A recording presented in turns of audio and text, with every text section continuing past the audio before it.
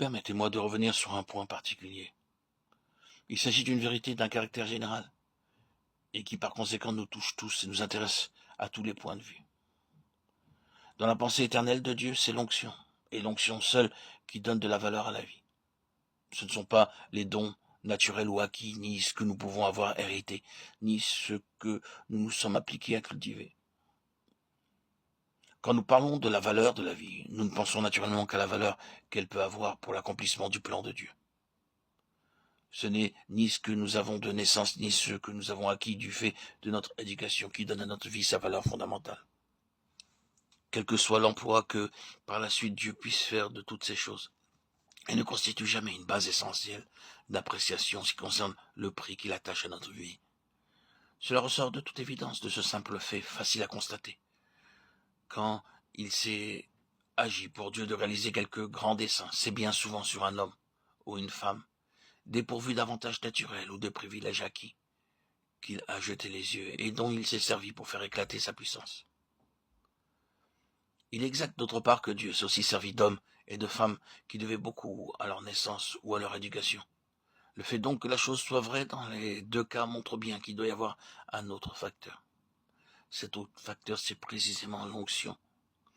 J'insiste, c'est l'onction qui donne de la valeur à la vie. Il faut que nous soyons au clair, une fois pour toutes, sur ce point essentiel. C'est très élémentaire, j'en conviens, mais je ne peux pas me faire à l'idée que c'est là quelque chose qu'il suffit de mentionner en passant. On peut évidemment se borner à voir là une proposition intéressante, quelque chose de juste, bon à noter et bon à répéter aux autres. Autre chose est d'avoir derrière soi, quand on en parle, le creuset d'une expérience positive, le douloureux arrière-plan d'une histoire personnelle avec Dieu, qui a laissé dans notre vie son empreinte ineffaçable. La vérité n'a du prix que si elle est assimilée, non pas intellectuellement, mais spirituellement. Et même alors une vérité comme celle dont nous nous occupons n'acquiert tout son prix que si elle s'est imposée à nous par la voie douloureuse de l'expérience. C'est ce qui nous permet de dire et de répéter, c'est l'onction qui donne de la valeur à la vie. Quand pour expliquer le succès relatif de son ministère un serviteur de Dieu se met à faire état de ses dons naturels, des connaissances qu'il a acquises ou des capacités qui lui sont propres, il va au-devant d'un désastre. Tôt ou tard, ses yeux s'ouvriront à la tragique vanité de ces choses.